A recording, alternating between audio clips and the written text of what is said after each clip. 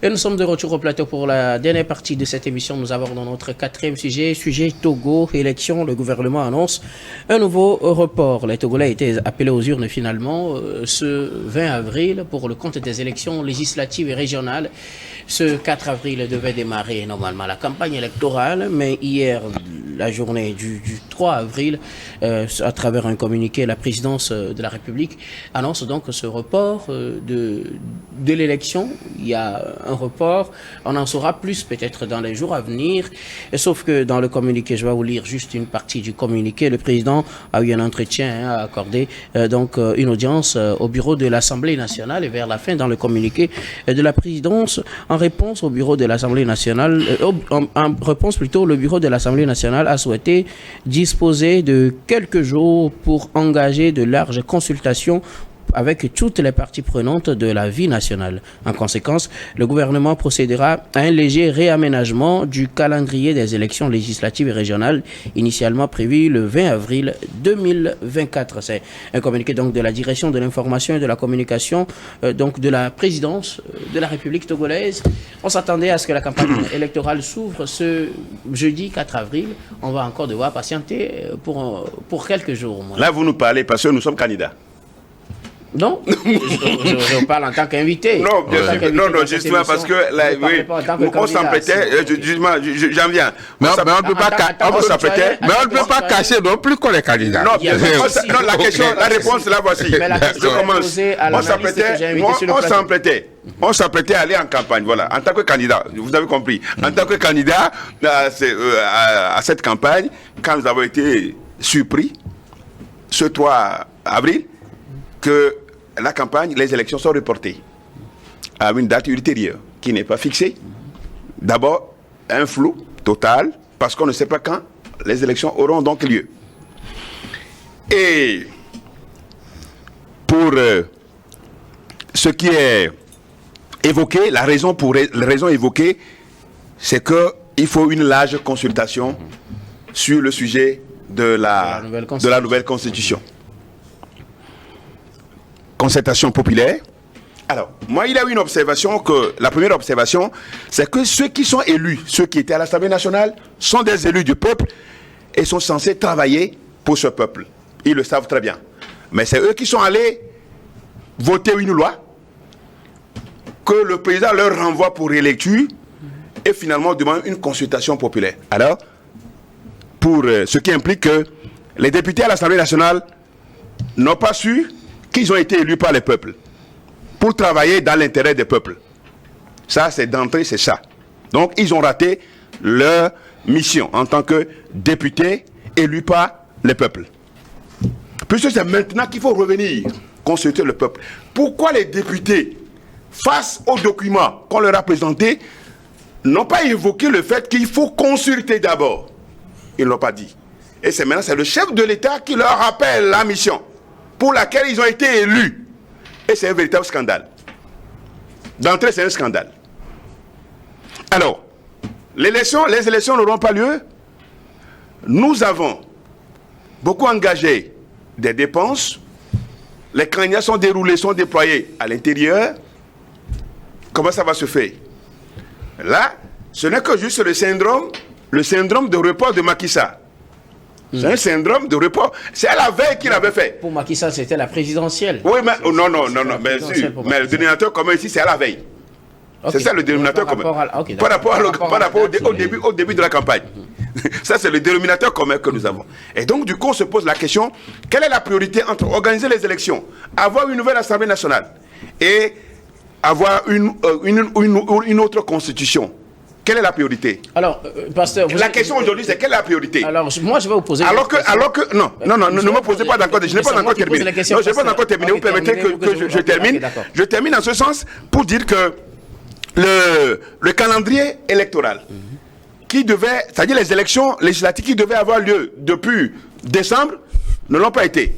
On connaît déjà d'abord un premier report. Puisque vous avez parlé d'un nouveau report, ce qui veut dire qu'il y avait un ancien report. Ah oui, on le sait tous. Il y avait un ancien report. Non, je rappelle juste aux téléspectateurs. Donc c'est la deuxième fois que les élections sont reportées. Et maintenant, quelle est la priorité? La priorité pour nous, La priorité, au fait, c'est que les députés soient élus. Et que, on dit souvent que c'est sur l'ancienne qu'on conteste la nouvelle. C'est sur l'ancienne qu'on conteste la nouvelle. Donc, les nouveaux députés élus de la 6e, 7e législature, pour la 7e législature du Togo, puissent continuer si besoin y était. Si besoin y était. Continuer ce travail que les autres ont, c'est la continuité de l'État. Alors pourquoi on veut forcément que ce soit les mêmes députés, ces députés dont le mandat est déjà expiré, qui sont en période intérimaire. C'est la période intérimaire. Et ça fait toujours objet de débat. Et l'article 54 le dit qu'en période intérimaire, on n'a pas droit de changer une constitution. L'article 54 est clair. Et donc si c'est eux qui le font, alors pourquoi continuer, pas vouloir faire passer un sujet qui divise déjà les Togolais, qui commence pas à diviser les Togolais. Alors, ce qui m'amène à vous poser la question que je voulais poser. Vous êtes tout à fait d'accord avec moi, pasteur, qu'avec la demande de relecture et le calendrier pour la campagne électorale qui devrait commencer le 4, il sera difficile de faire au même moment une relecture du test et au même moment que les candidats soient sur le terrain en train de battre campagne, puisque c'est les mêmes candidats, la plupart sont des politiciens, et doivent suivre également l'évolution de la situation, se prononcer sur la question. Est-ce que quelque part, ça n'arrange pas qu'il y ait ce décalage? Pourquoi ne pas laisser ça en suspens? Puisque une fois déjà, suspendre plutôt la procédure et qu'on fasse la campagne, et qu'on fasse les élections, pour permettre aux nouveaux députés de voir ce qui est faisable si c'était possible. Au même moment, nous sommes face à une affaire constitutionnelle, même l'organisation des élections. On attend ce que dirait la Cour constitutionnelle, ou bien c'est à nous de saisir, c'est aux candidats de saisir la Cour constitutionnelle, aux partis politiques de saisir la Cour constitutionnelle, pour qu'elle réagisse. Personne ne sait comment ça va se faire. Puis au Sénégal, même s'il n'y a pas eu saisine, la Cour constitutionnelle devait s'auto-saisir par rapport à la non-constitutionnalité du calendrier proclamé par. Donc aujourd'hui, ce que nous sommes en train de dire, on peut même porter plainte contre l'État, parce que nous avons engagé des dépenses, et cela vraiment, ça va. Déjà, on fait des prêts. Est-ce que le cautionnement qui est déposé au Trésor, il y aura de l'intérêt? Puisque ça va courir, est-ce qu'il y aura de l'intérêt? Puisque c'est des prêts que les gens ont fait sur un délai bien précis. Alors maintenant que l'argent est au Trésor, on ne sait pas ça va durer quand au Trésor, combien de ça va faire au Trésor. On nous dit des jours, on dit des semaines, mais déjà, un membre du gouvernement s'est exprimé aujourd'hui sur le sujet, a dit ils iront jusqu'au bout. Donc ça veut dire que le format est déjà arrêté. Ils iront jusqu'au bout. Il a dit un de ces mots comme ça. Ils iront jusqu'au bout. Ce qui veut dire que ce qu'on veut faire, la consultation qu'on veut faire là, c'est du folklore.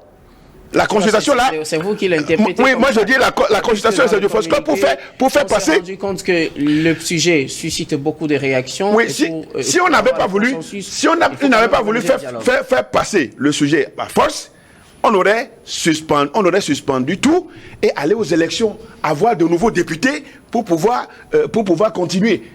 Bon, donc, aujourd'hui, c'est une crise qui est née, on est en train de voir, c'est une crise qui est née. Et donc, beaucoup d'acteurs politiques et tout de la société civile vont se mettre dedans et personne ne sait ce que ça va engendrer. Moi, je termine juste pour dire que tout ça, quand on fait tout ça, ce qui me fait mal, ma question que je me pose, c'est que la CVJR a servi à quoi? Avec des recommandations dans un livre blanc. Un livre blanc accepté par le gouvernement, où il y a eu la limitation de mandat.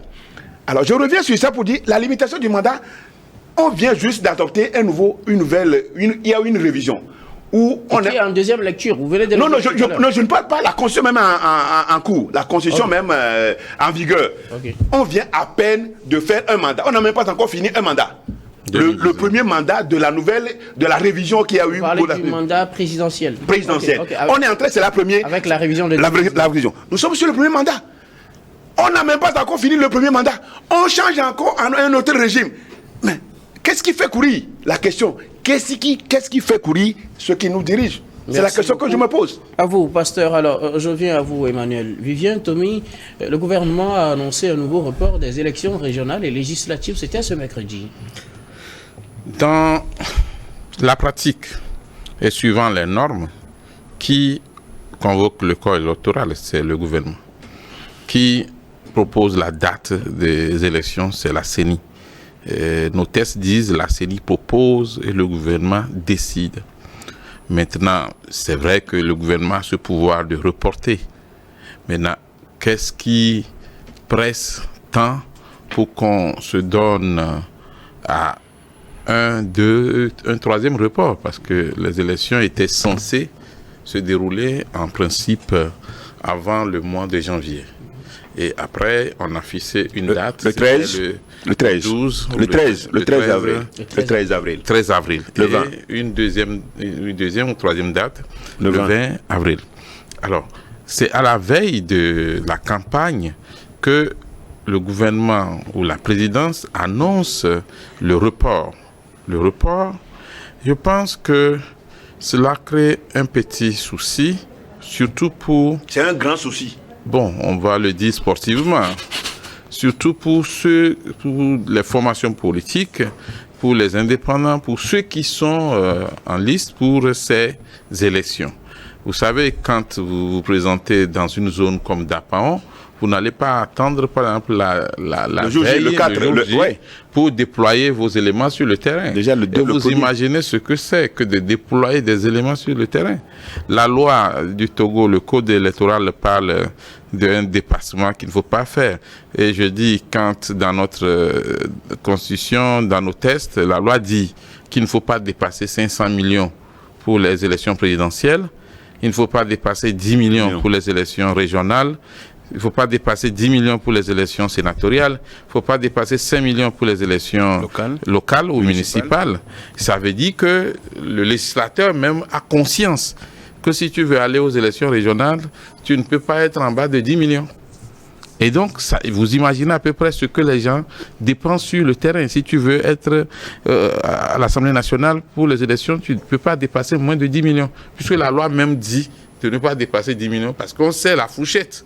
Et va voir en quelle année cette adoption a été proposée pour la première fois.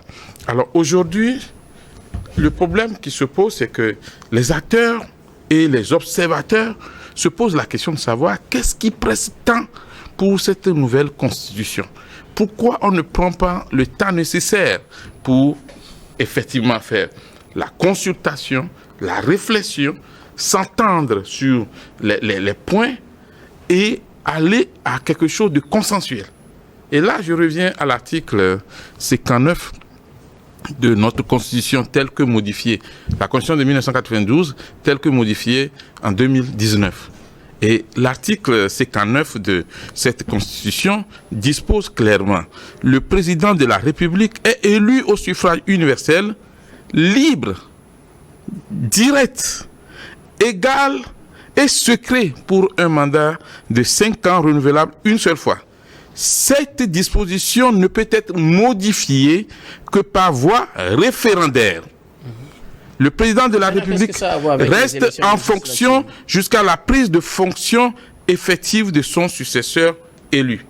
Cet article, j'en viens, cet article 59 contenu dans la Constitution tel qu'adopté en 2019, parce que là maintenant nous avons plusieurs constitutions après les modifications, cet article en principe demande directement, pour tout ce qui concerne un changement de constitution, qu'on se réfère au peuple et qu'on lui donne la parole et que le peuple parle de lui-même et que le peuple, l'article 59, c'est par voie référendaire. Alors, le problème qu'il y a eu justement pour cette constitution, et là je salue la décision du chef de l'État, par 2 fois il m'a surpris, parce que là, il est resté au-dessus de la mêlée. Et là je parle à mon nom. Je parle à mon nom. En tant qu'Emmanuel Viens-Thomi. Conseiller en communication politique. Non, j'ai dit je parle à mon nom. Je parle à mon nom. Parce que si tu ajoutes les titres, là, ça cause autre chose. Là, je parle à mon nom. Alors, monsieur le président Faure Gnassingbé, vous avez été au-dessus de la mêlée en décidant d'abord, 1, de la réélecture, 2, en reprécisant qu'il faut faire la concertation. Une large concertation de tous les acteurs ou des parties prenantes à la vie du pays. Alors, on va dire les forces vives, tous ceux qui participent à faire évoluer le Togo. Aujourd'hui, la question de la Constitution pose un petit frein au démarrage des élections. Et il faut noter que cette question pouvait être traitée autrement si, effectivement, on a fait l'inverse. C'est-à-dire, au lieu de voter d'abord pour après maintenant être obligé de faire la relecture et de retourner vers les autres acteurs ou les parties prenantes, il fallait faire le contraire. Vous êtes d'accord que puisqu'on a demandé une deuxième lecture, il faut quand même prendre le temps de bien faire les choses maintenant? Ah non, attendez, les deux ne marchent pas automatiquement ensemble. C'est une meilleure manière de se rattraper.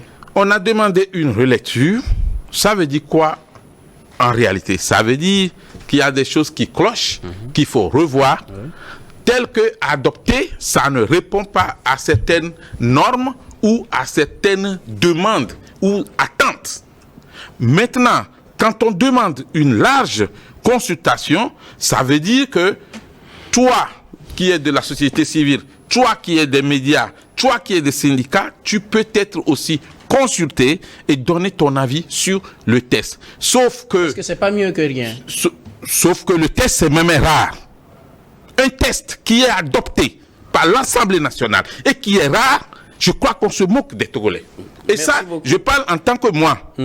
Je parle à mon nom. Tu n'as pas besoin de préciser. Je parle à mon nom. Un test, tant que le test est voté à l'Assemblée nationale, il ne peut plus être rare. Il doit être accessible au public. Aux citoyens. Est-ce que ceux qui prendront part, peut-être aux consultations, pourraient réclamer? Pas ceux qui prendront part. Tu dois prendre part. Tous les Togolais doivent participer, justement. Si on s'en réfère au communiqué de la présidente de la République du Togo, c'est que on a besoin de l'avis de tous les Togos, de tous les Togolais.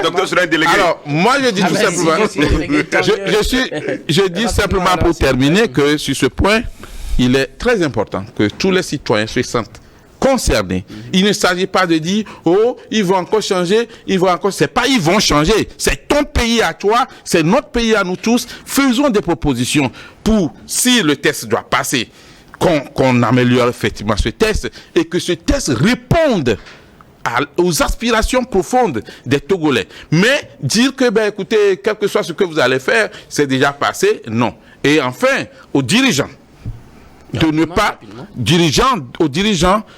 pas mettre sous éteignoir, de ne pas ignorer l'article 59 de la Constitution précédente. Parce que du moment où le président a demandé une relecture, ça veut dire que nous utilisons toujours la Constitution de 92 modifiée en 2019. C'est très important qu'il y ait un consensus. À côté, alors, rapidement sur le sujet, puisque le temps est contre nous, vous allez nous le permettre comme ça. C'est les deux qui ont épuisé notre temps. Toutes nos excuses. Donc, on commence. Allez-y, quand même. Non, vas-y quand même. Vas-y directement. Je pense que le chef de l'État a agi en tant que père de famille et a demandé une deuxième lecture. C'est déjà une chose très bonne. Je vais demander à la classe politique togolaise, à toute la société civile, à tous les Togolais, du sud au nord, de l'est à l'ouest, de chercher à s'approprier d'abord du texte voté à l'Assemblée nationale et de faire des propositions. Je pense qu'il est déjà trop tôt de faire des marches de contestation et tout, parce que voilà, il ne faudrait pas qu'on aille trop vite en besogne. Comme l'a dit mon prédécesseur Tommy, il va falloir que chacun fasse alors sa proposition, voire des amendements ou apporte des contributions pour que le texte alors, que le texte final alors soit l'aspiration profonde du peuple togolais. Il ne va pas que ce n'est pas trop bien que voilà, on puisse déjà refuser le texte comme ça en bloc sans pouvoir le lire, sans pouvoir faire des amendements. C'est très important parce que je pense qu'il s'agit de la vie de tous les Togolais. C'est très important. Maintenant, l'autre sujet, n'est-il pas bien maintenant de peut-être reporter peut-être à une date plus longue les élections pour que voilà, les Togolais puissent se donner le temps nécessaire à lire, à parcourir ce texte et sortir un produit final qui soit consensuel et qui amène le Togo plus loin. sans que voilà, nous tombions encore dans les clivages politiques, dans les manifestations, ici, les emprisonnements et tout. Donc moi, je dis vivement que l'État togolais et son chef voient justement ce qu'il faut faire pour mettre tous les Togolais d'accord autour, voilà, de ce texte-là, pour que ça ne divise pas. Parce que tout ce qui doit être fait par le gouvernement doit d'abord recevoir l'acceptation du peuple. C'est très important parce qu'ils sont là pour servir le peuple. Maintenant, pour la classe politique, je pense qu'il ne faut pas aller trop vite en besogne. Il faut d'abord prendre le texte, s'approprier du texte, faire les amendements, faire des propositions, rentrer dans les discussions, les colloques et tout et tout. Il faudrait que le dialogue soit ouvert, que le dialogue soit ouvert. Il ne faudrait pas qu'on choisisse les gens au bout des doigts. Non, il faudrait qu'on ouvre vraiment un grand dialogue qui puisse alors faire représenter toutes les couches sociales du Togo pour en parler. C'est très important. Et quand on aura fini, le texte final doit être l'aspiration profonde du peuple togolais. Je pense que cela nous fera gagner en temps et en beaucoup de choses. Merci beaucoup à vous. Malheureusement, vous avez déjà beaucoup parlé et nous sommes pratiquement à la fin de cette émission. On va faire un dernier tour de table comme d'habitude. Peut-être vous allez profiter pour dire ce que vous avez, mais s'il vous plaît, ne durez pas trop puisque le temps est contre nous, pasteur. Ouais. Non, juste, ce qui me peine, c'est la priorité qu'on donne aux députés sortants, c'est-à-dire aux députés dont le mandat est presque expiré. On leur donne la priorité. On dit que la consultation va être conduite par le bureau de l'Assemblée nationale. Mais écoutez, dont la plupart sont des candidats aux élections législatives. En suivant le communiqué, c'est le bureau qui a proposé. Alors. Et là, c'est plus un débat. Il revient, pour moi, l'importance, s'il y avait une importance à accorder à cette constitution, c'est le chef de l'État lui-même en personne qui doit parler avec les acteurs, surtout les acteurs politiques sur le sujet. Vous êtes d'accord sur une concertation, mais moi, avec le chef je de ne l'État. suis même pas d'accord, parce que la priorité pour moi aujourd'hui, ce n'est même pas, la priorité pour moi, ce n'est pas une nouvelle constitution. Pour moi, il faut garer, c'est-à-dire il faut abandonner ça. Et il faut revenir l'ancienne constitution pour qu'on puisse aller aux élections. Sinon, tout ce qu'on est en train de faire, tout ce bruit-là, on va faire toutes ces conservations pour rien. Qui ne servirait qu'à de folklore, et finalement, on va venir par force, il va passer. Ou bien, tendons vers un référendum, mais ce n'est pas la priorité. La priorité aujourd'hui, il faut aller aux élections, parce que depuis un certain moment, le pays est au ralenti. Avec tout ça là, le pays est presque au ralenti, parce que tout le monde veut savoir ce qui se passe, et on commence pas. Il y a des agitations. Est-ce que ça avance qui? L'image du Togo, l'image que le Togo a toujours présentée, aujourd'hui est presque écornée. Et cela, moi, ça fait mal. Que ceux qui sont au pouvoir, que le chef de l'État, que ce gouvernement, sincèrement, puisse revenir à de meilleurs sentiments pour qu'on aille aux élections et qu'il y ait une nouvelle assemblée en place pour continuer le travail de ceux qui sont soldats, parce que ceux qui sont soldats vraiment, ils ont trop fait de gaffe. Merci beaucoup à vous, pasteur Emmanuel. Qu'est-ce que je dis, pasteur Edo Komi. Vous êtes le président du mouvement Martin Luther King MMLK. Vous êtes également le premier adjoint au maire de la commune Golfe 2. Merci d'avoir répondu à notre invitation. C'est un plaisir. Emmanuel Vivien Tomi, vos mots de fin. D'abord, expliquer que le fait que des députés proposent une loi à l'Assemblée nationale, ce n'est pas hors test. C'est-à-dire que dans le système, le gouvernement peut envoyer une loi vers l'Assemblée nationale, ça s'appelle projet de loi. Quand c'est des députés qui proposent la loi, c'est une proposition de loi. Mais ce n'est pas nécessairement parce que les députés ont proposé cette loi qu'elle s'impose. C'est là l'importance de se référer justement au peuple, à la base.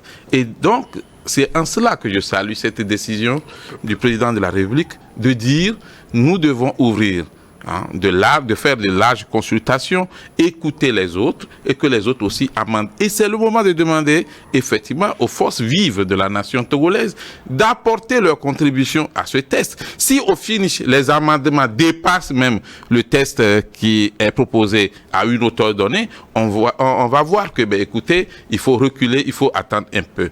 Et dire aussi que le fait que les élections soient reportées ne devrait pas décourager les électeurs, puisque nous irons bel et bien à ces élections législatives et régionales. Nous reviendrons vers vous. Pour nous qui sommes candidats, ne nous abandonnez pas, ne croyez pas que c'est fini. Prenez toujours, non, je ne fais pas de campagne. Prenez toujours soin de vos cartes d'électeurs et participez à la vie de votre pays. Personne ne viendra construire le Togo à notre place. Ne condamnez pas les députés, mais faites plutôt des propositions allant dans le sens de ce qui est mieux pour le Togo. Nous sommes toujours des frères. Merci beaucoup à vous. Pour les Togolais, ce n'est pas la constitution qui compte. Merci beaucoup. Le compte pour les Togolais veulent manger, veulent aller à l'école. Emmanuel Vivien-Tomi, vous êtes journaliste, directeur général de Plume Libre. Vous êtes également conseiller en communication politique. Merci d'avoir répondu à notre invitation. C'est toujours un plaisir les jeudis. Alors, Robert Kossiguen à côté, vos mots de fin. Voilà, je voudrais encourager les élèves, surtout ceux du bac 1, qui, je pense, dès le mois de mai, vont composer, vont aller à l'examen, de redoubler d'efforts. De redoubler d'efforts. C'est vrai que les gens disent que l'école n'apporte rien de bon, mais je dis c'est faux. L'école apporte beaucoup de choses. Le simple fait que si vous êtes lettré, ça vous permet de faire des analyses et de faire des choix bons pour vous-même, c'est déjà quelque chose. Donc je les encourage à redoubler d'efforts pour que, à la fin de ces examens, on puisse les retrouver tous en terminale. C'est très important. Je voudrais aussi appeler le gouvernement à tout faire pour électrifier. Je suis dans le veau. avec toi. Dans le veau. Électricité pour Cliquamé.